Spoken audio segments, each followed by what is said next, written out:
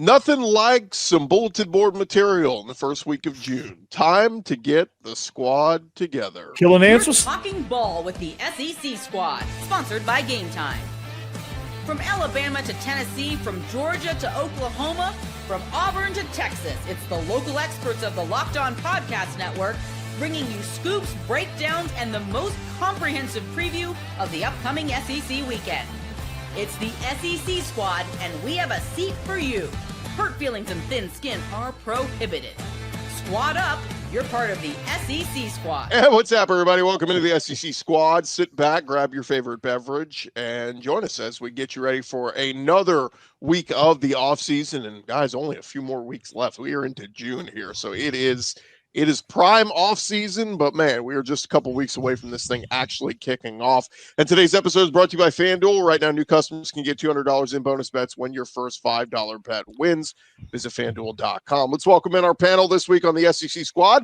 We got Corey Burton from Locked On Vandy. We got Jimmy Stein from Locked On Bama. We got Stephen Willis, host of Locked On Ole Miss. I'm Chris Gordy, host of Locked On SEC. And guys, we got plenty of stuff we got to get into, but first, nothing like some bulletin board material in week one. And I'm glad we got our Vandy host and our Bama host this week, because some interesting quotes from Ryan Williams, who we can confirm has turned 18 years old, the star wide receiver heading into his true sophomore season in Tuscaloosa, going on a podcast this week with John Gruden, where he talked about the losses last season and said, we don't call them revenge games.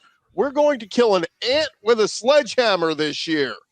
Corey, he's saying Vandy's an ant. How do you feel about I don't that? know who I don't know if he's talking about the right ant here, but John Gruden asked him specifically about that game, and I cracked up when I was like, I had that realization that, wow, Vandy's on the map. Like, he's actually responding to this. And he's talking about killing ants with sledgehammers, and, he's considering Vandy a threat. Like, whoa, okay, here we go. And then I made sure to tag Diego Pavia, make sure he knows, just in case he had trouble motivating the boys for that game. I tagged him. I don't know if he actually saw it. Always difficult to get up for Alabama. I know it's so tough, man. You have to have that like Michael Jordan, LeBradford Smith type motivational game where you just have to create some sort of storyline. And hell, why not use one that falls right into your lap with Barstool Gruden, John Gruden, and on Inside the FFCA, where he had the boys on there. So that's I love it, man. It makes it so much fun when there's a little bit of trash talk, honestly, and I'm excited for this one. This wouldn't happen with Saban there. Saban wouldn't do this. Not a chance, right? Yeah, it wasn't until NIL and the players making appearances on shows like this that players were even talking to the media anyway. Saban didn't like players talking to the media unless it was under, specific players made available for specific things. This show never would have happened. But, post NIL, current college players make appearances on shows. Sometimes they're even paid to do so. But under Nick, it wouldn't have happened for a couple of reasons. You guys remember, was it Quinnen Williams? I think it was that was being asked one time about preparing for Kyler Murray in Oklahoma, and Quinnen was about to take a shot at Kyler and got the sentence about halfway out of his mouth, and then stopped suddenly, pulled it back in, and then basically was like, "Never mind, no comment. Never mind, no comment." That's what happened during the Saban years. It's everything's going to be a little different, under DeBoer. But hey, before the season starts at Alabama, they're going to talk about that the big game is Georgia, that it's a big game against LSU. Let me tell you, Vanderbilt, you lose to Vanderbilt a second time in a row, this time at home, that becomes the biggest game of the year. I mean, that's the one people will talk about forever. So it is. Alabama has set themselves up to where games against teams they lost a year ago, the game against Vanderbilt, the game against Oklahoma, these are now really big games. You can't lose twice in a row to those teams. Yeah, I mean, it's obviously on his mind, because when Gruden brought it up, he was like, he got kind of uncomfortable. You saw he was like, he didn't know how to respond to that. He's like, because he knew they got vastly outplayed by Vanderbilt, and the score, it was only a 5-point game, but like Vandy was in control of that thing pretty much the whole way. So, and he knew it, and he understood that. let me bring this up too. I follow a lot of the NFL draft folks, Corey, and I saw one of the NFL draft nicks out there says he thinks Eli Stowers is due for a monster year. He thinks he's going to be the #1 tight end off the board next year. Yeah, I saw a mock draft with him to the Eagles. Yeah, in the first round. So again, that's wild. I mean, but this is like, are we not talking enough about Vandy? Like last year, they were the fun story and all this, but like Pavia back, Stowers back, Cedric Alexander back in the backfield, Langston Patterson at linebacker. Like there's a lot of good pieces on this Vandy team. I don't think it was a fluke. Like I think most of us think it was a fluke. I think Clark Lee and Vandy could be a problem again next year for a lot of teams. It's really interesting that over the last 10 to 15 years, tempo became the thing. Everybody wanted to go as fast as humanly possible to get the defense off guard. So the defenses had to get quicker. They had to get faster. Vandy wants to run 55 plays and go as slow as possible. It's almost like the pendulum has shifted to the point where if you play that slow, you have the edge over the tempo. Yeah, because you keep those defenses off balance, and they did the opposite of the hurry up no huddle. They did the turtle no huddle, which they made it seem like sometimes they were going fast, but they really weren't, and it forced Bam to really second guess themselves. It forced those guys, and I never thought I'd see a team with that type of tempo and that type of philosophy. I thought I'd never see a defense wear down just by standing out there, but like it gets exhausting just being out there. I think it was 43 minutes. I think it's 43 minutes. Vanderbilt, Alabama. I think it was maybe 42 to 18 minutes possession time in the game. It was crazy. Yeah. So, go ahead, Chris. Jimmy, I was just going to say, I'm glad Corey got his barbs in from the Vandy perspective because another ant joins us now. How about John Williams from Oklahoma? Oh, we got ants. It's an ant farm right here, baby. John, what do you make of Ryan Williams' comment calling Oklahoma an ant and the sledgehammer's coming? Give me more of that in college football. Like I want more of the villain mentality that speaks with your chest. Like that's what makes a lot of what college football is so much fun. A lot of times it's the coaches, right? The coaches are the ones getting out over their skis, saying the things that creates the bulletin board material. I love it when the players do it. It creates a whole different animal to the game where I think going into it, everybody would just expect Alabama's going to beat Vandy. They're going to have a comeback game. They're going to beat them by double digits at least and make sure that everybody knows that what happened last year was a fluke. Now that he said it, I'm sure it's going to get Diego Pavia. He's going to get Clark Lee. He's going to get all those guys a little bit more fired up as if they weren't already going to be really fired up for that game. Might just have a little bit extra juice, but I love it, man. Give me more of that, Ryan Williams. Yeah, no doubt, man. Yeah, I love it, man. And Diego Pavia is going to fire back at some point, and that's right, exactly. The post-game interview is going to be electric.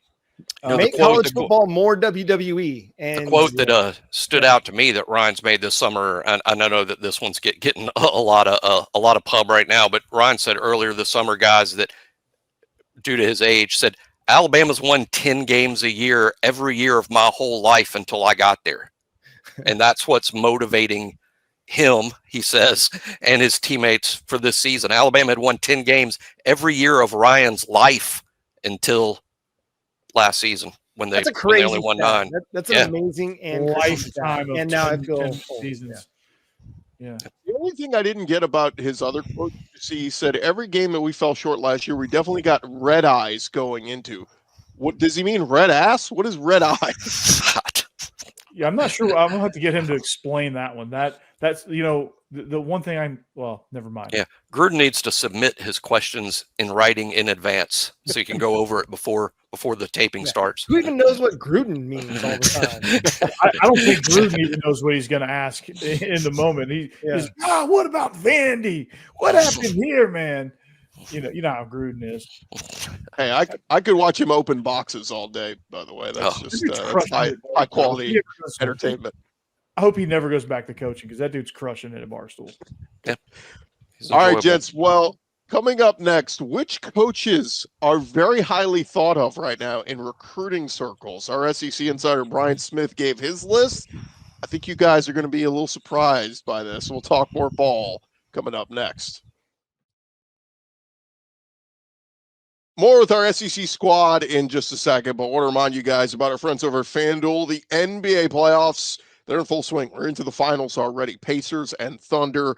And every night you're seeing awesome action from some big performances, big underdogs coming through and pulling off some upsets. And look, whether it's a game-winning shot or breakout player, there's never been a better time to get in on the NBA action. That's over at FanDuel. They're going to make it easy for you to stay in the game before tip-off bets or even live bets. They got player props, performance trends, same-game parlays. All of it is up there, and you got more ways than ever to play smart and win big over at FanDuel.com. And we tell you guys all the time, plenty of opportunities to get in on the football action as well. Some of the futures stuff that they have on there. They got week 1 lines for SEC week 1 games. If you want to get in on that, Syracuse versus Tennessee, that's up there already at FanDuel.com. Go check them out. If you're new to FanDuel, if you've never signed up before, perfect time to sign up. You go to FanDuel.com, you place your first $5 bet, and if it wins, you get $200 in bonus bets. Go make every moment more with FanDuel, the official sports betting partner of the NBA.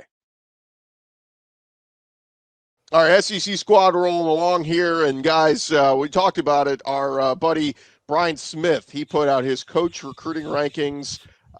This is Brian Smith, our locked on recruiting insider. This is his rankings, and maybe this is a thought of maybe who's hot right now or whatever, but let's take a look at the rankings, and you guys can sound off on what you think of them. It's Kirby Smart, number 1, Mario Cristobal, number 2, Ryan Day, number 3.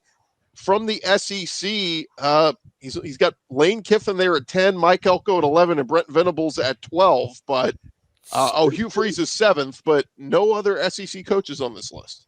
I'll be the one to ask, where's Steve Sarkisian?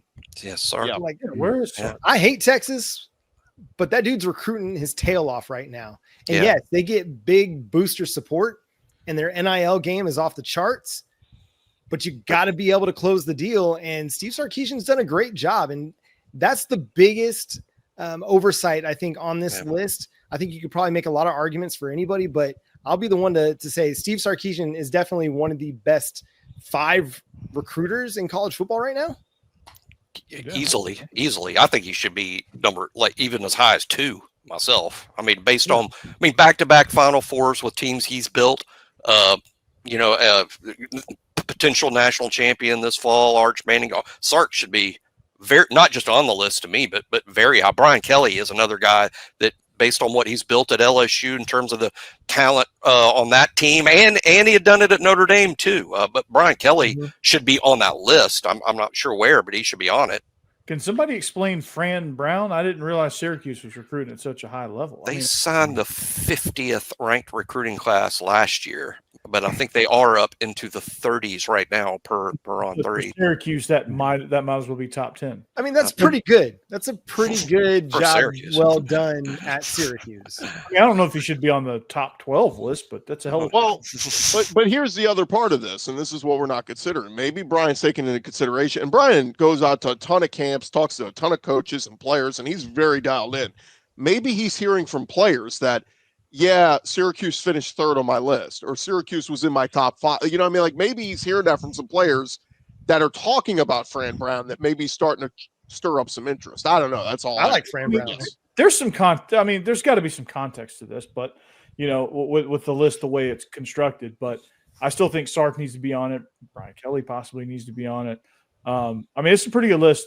Otherwise, I'm still trying to figure out why Hugh Freeze is number 7. Hugh Freeze at 7 this isn't just the Alabama guy talking, because I'm not even going to homer out about Kalen DeBoer. He's got a small sample size anyway, despite finishing 3rd last year. But Hugh Freeze at 7, I don't get that either. Based on the recruiting class they're putting together right now, I think is probably going to end up in the top 10. Maybe there's some real recency to this list, but based on what he's done at Auburn over the past 3 to 4 classes, I don't think you can justify putting him in the top 10.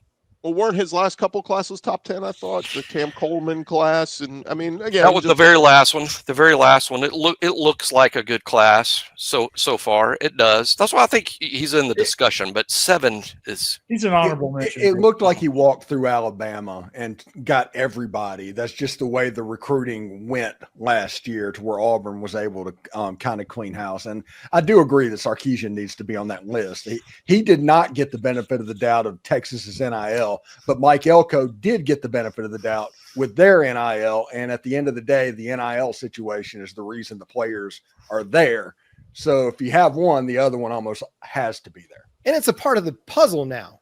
Yeah. We need to get over the idea that it's some, thing that we shouldn't be talking about. They mentioned Nyjah Kennedy's NIL deal in the Women's College World Series broadcast the other night. It's fine. It's part of the equation that these players are considering. It's okay. But yeah, Elko being on the list and no Sark, and listen, I think Brent Venables has done a really good job recruiting. If you bumped him off the list to put Sark on there, I'd totally understand.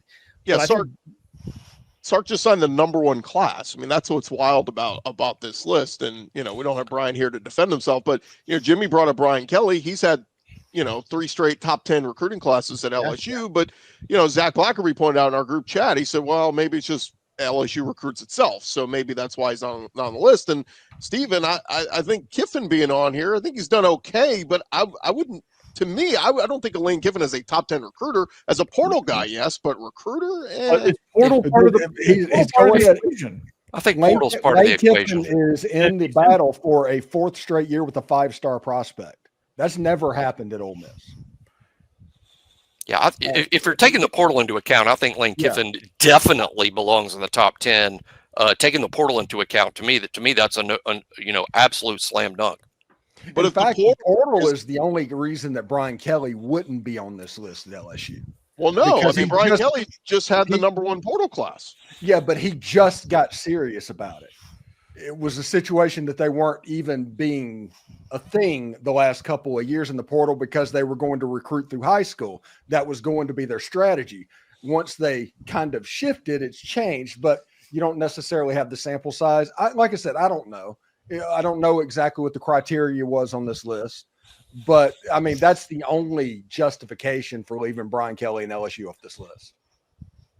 And look, Kalen DeBoer just had, the number 3 class this past year. If he continues at that rate, and Alabama's got a lot of ground to make up right now, but as we know, we're seeing kids this week starting to fly off the, make commitments, but it's fair not to list him based on just a small sample size. I mean, really 2 classes at Washington, working on a 2nd class at Alabama. That's really the whole. I mean, we're not grading his recruiting at Fresno or at Sioux Falls, So I think the small sample size I could get as to why you wouldn't include him on the list. I think that would be fair.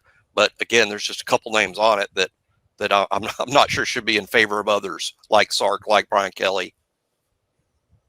Well, I feel like Billy Napier has actually done a pretty decent job at Florida.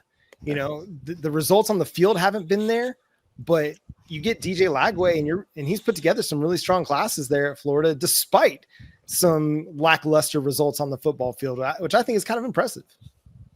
The 2026 class is not going very well for Florida right now. Now, maybe that's because he could be dead man walking again, but you're right. I mean, what last year's class finished 7th in the 24/7 composite. So, I mean, it was the top 10 class with Lagway, the big part of that. I'll give a little love to Josh Heupel too. I mean, he finished with the 11th best class last year. Right now, he's got one of the top quarterbacks and Brandon Faison committed. Like, Josh Heupel deserves some love as well for what he's done recruiting wise. Yeah, he's basically recruited a playoff team. I mean, the playoff team that went last year, I mean, I'm sure it had some pieces from another staff, but for the most part, Josh Heupel has recruited and created a playoff team, which is more than, like Fran Brown has. Hey, is Kirby Smart on that list? He was number 1. He was number 1. Okay. I'm questioning Mario Cristobal at number 2. Maybe I just don't follow Miami recruiting enough, but that's probably true. But I've always felt like Mario was a pretty good recruiter, even dating back to his time at Oregon. It was to me, it was more of just the execution of getting all these really good players together. Now, what do we do with them? I feel like he's a good recruiter, maybe the X's and O's and just the execution of, hey, we've got these talented players. Now we got to actually have results on the football field.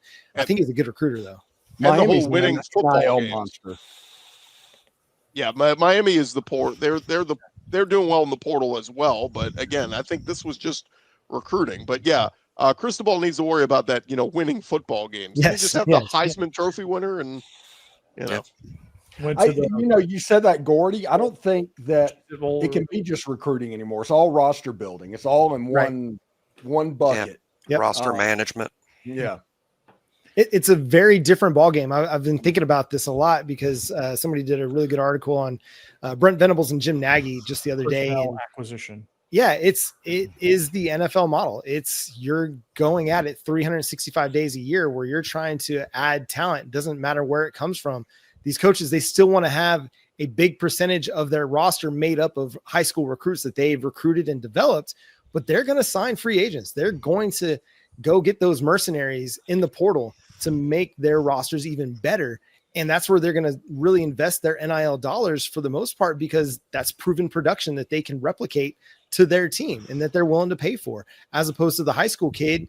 You see it all the time. These 4 or 5 star kids that, they're going out and they're paying for them and they're getting them on campus and they're flaming out before they even do anything significant for that program. So yeah, that roster construction part of it, it's not just high school recruiting anymore. It's not just portal acquisitions. It's all of it together, and it has to blend and it has to come together as one. And a lot of these coaches do a really good job at both of those things. The fact that Dabo is actually getting into the portal now, I mean, that's a game changer in the recruiting trail. So, the ant farm at Vanderbilt, man, the offensive line is built through the portal, and it's been reconstructed. So I'm really excited about how that's turned out. The defensive line is built through the portal with some high school guys sprinkled in there, but it's taking shape, man. This is the best this Vanderbilt's roster has been since James Franklin was there. Yeah, I will say this before we move on. The ESPN FBI came out today, and Oklahoma is a top 10 defense. If that offense is just average, all they need is an average offense, they are going to be a problem. Well, it's funny you bring that up, Stephen. That's going to be our next segment, the ESPN FPI. Who do they think will make the playoff? The SEC squad, talking more ball, coming your way next.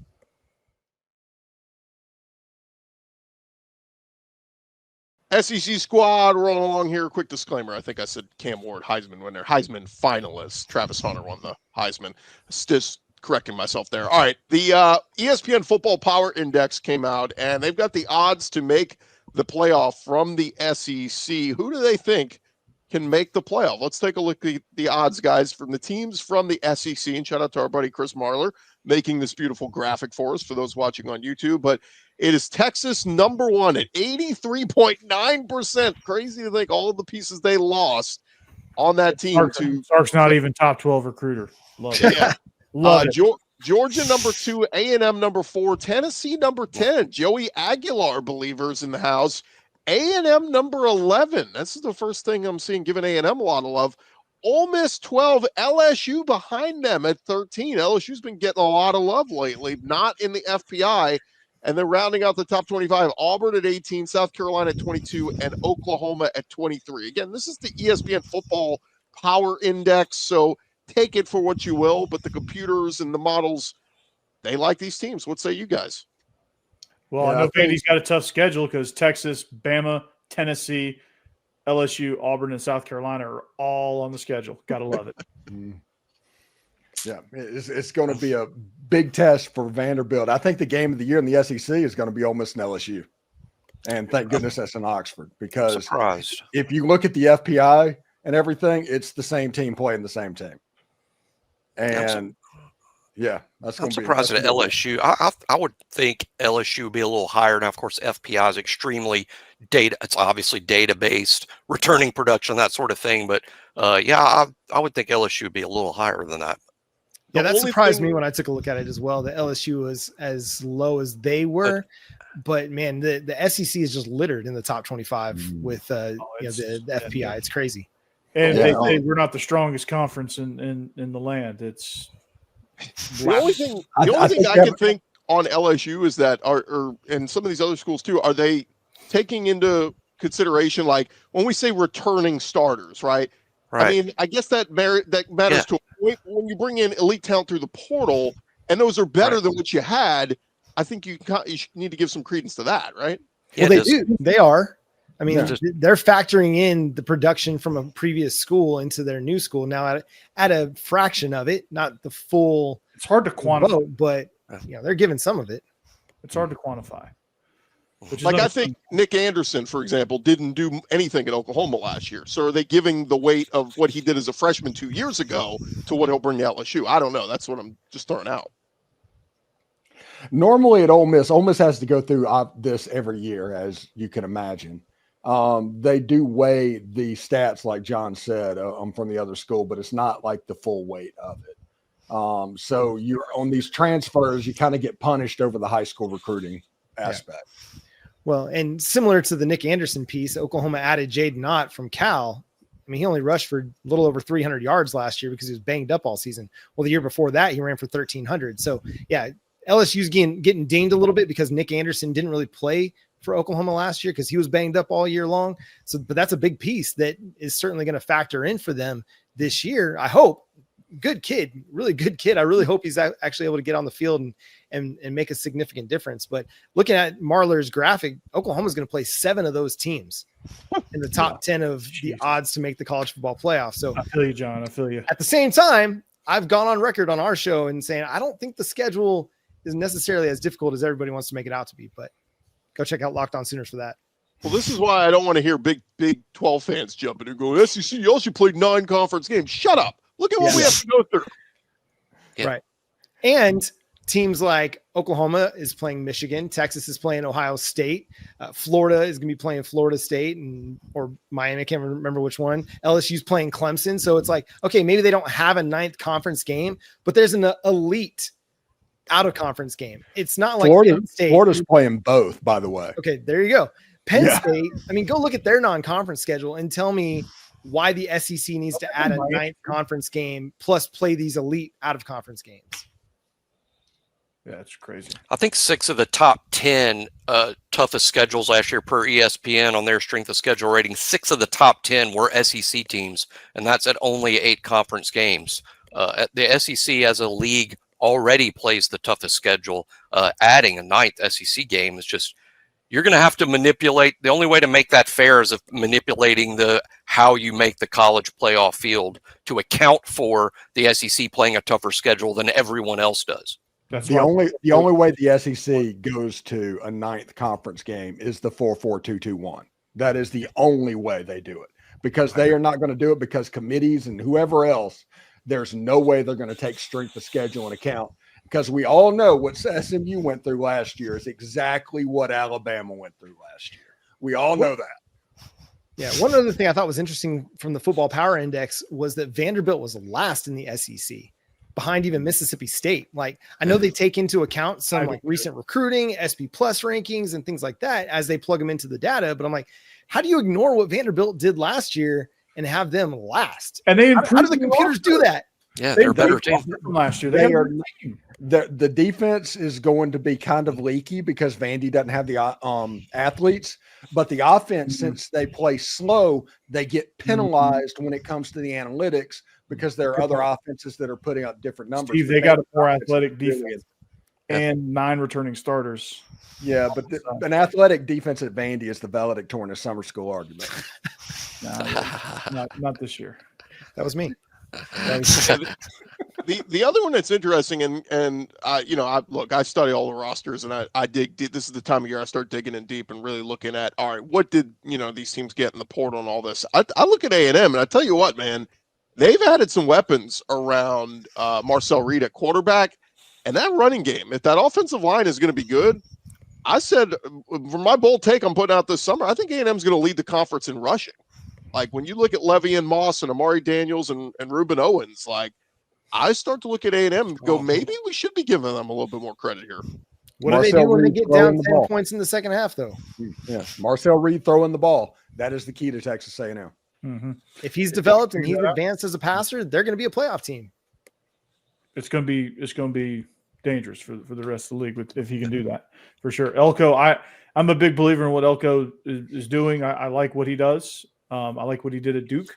I think he can have similar effect to Texas. I wonder if that Notre Dame win at A&M last year sort of helped springboard Notre Dame into the playoff. If A&M beats Notre Dame up in South Bend, it could the flip flop could happen this year.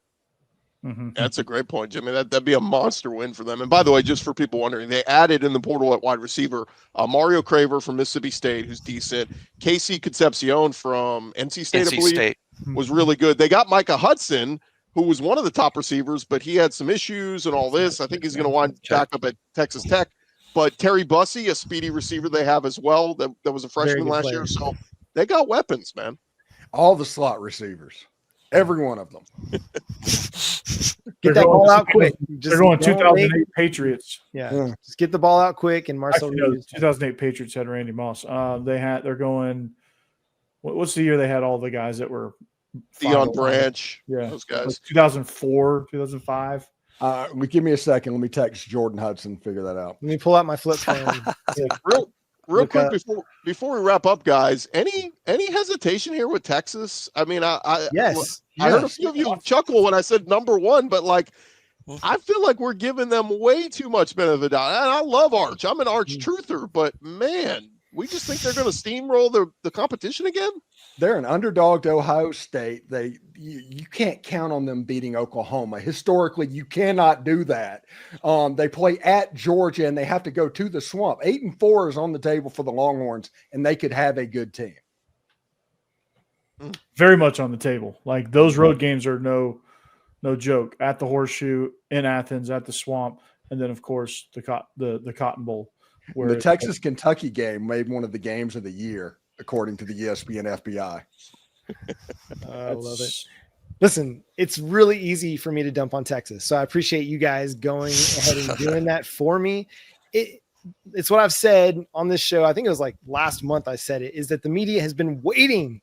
They've been waiting with bated breath for Texas to make back-to-back playoffs so they could finally make Texas back, finally put them at number one, finally push the quarterback as the Heisman Trophy contender. And it's going to be a retooled offense. That defense is going to be really, really good. The defense is going to be really good. And that's going to keep them in a lot more games than probably it should. And it's going to give them a chance to win some games that maybe they wouldn't have otherwise. But I'm not sold on this offense right away coming out the gate being a 35, 40 point per game offense. And maybe it doesn't need to be. But I will say this, John.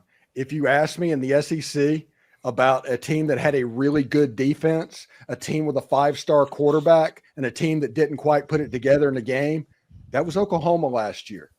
That was something that was absolutely possible. And if Texas kind of takes a step back, if the offensive line doesn't get figured out, if Arch isn't the answer, which he wasn't against Georgia, if you look at his extended playing time last year. His eyes were like this the whole time. Yeah.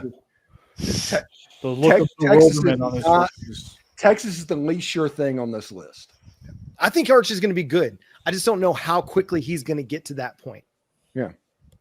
Well, on the way out, I will give some props to Texas, rather. They're going to play for a national championship in softball, and OU's reign ends. 4 straight titles. Couldn't get there for a 5th.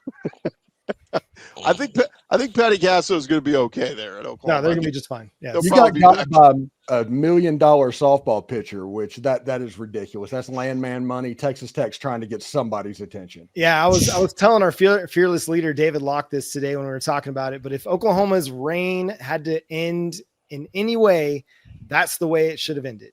Playing against the best pitcher in softball, you got a moment where you got to tie the game late, and it is what it is. They won the game. Tech won the game. They had the clutch hits when it mattered the most, and Oklahoma was able to get some runs against Nigel Kennedy, who was just amazing, just absolutely incredible. But all good things must come to an end at some point. So who do you root for? Tech as your Tech. former Big 12? Tech. Yeah, wreck 'em Tech. Always never against Texas. Texas for never. John, Texas you got to be never. team. We got to be Texas team SEC. Never. No, never, No. never. Yeah, the We could spunky. be a team. We could be a 2-team conference like the Pac-12, and it would still be Texas for never. Got to root for that spunky underdog Tech and their $1 million pitcher. I mean, Jerry Glasgow, Nigel Kennedy, and the rest of the Louisiana Raging Cajuns. Tech is desperately trying to get the Big Ten of the SEC's attention in case the split off happens. They want to be on the radar. Jimmy told me he would root for Auburn if they were playing for a national championship of softball. So Good thing he'll never have to. I don't think that's going to a decision that I'll be confronted with anytime soon. Little Alabama nugget: Oklahoma avoided being shut out for the first time since Montana Fouts did it back in 2019. So, well, we might have Auburn in Omaha. We'll see what happens in the baseball. It's certainly not going to be Vanderbilt. That's for sure. hey, tell your people to We get do not Vanderbilt a talk about softball team. Let's go. Yeah. Stephen Willis, a big Murray State fan. Yeah, we do not talk about baseball. What is this sport you're speaking of? All right, folks. Not like cricket, I've heard. Remember to follow and subscribe to your favorite SEC show. We'll be covering your favorite team all throughout the offseason. And don't forget, I'll have you covered with the entire conference each and every day with Locked On SEC, part of the Locked On Podcast Network, covering your team every day. For our SEC squad, Corey Burton, Stephen Willis, John Williams, Jimmy Stein, I'm Chris Gordy. We'll talk to you guys next week right here on the SEC squad. Go Ant Farm. Alien Ant Farm needs to play in the stadium. Dave That Matthews. needs to happen every week. Jimmy, make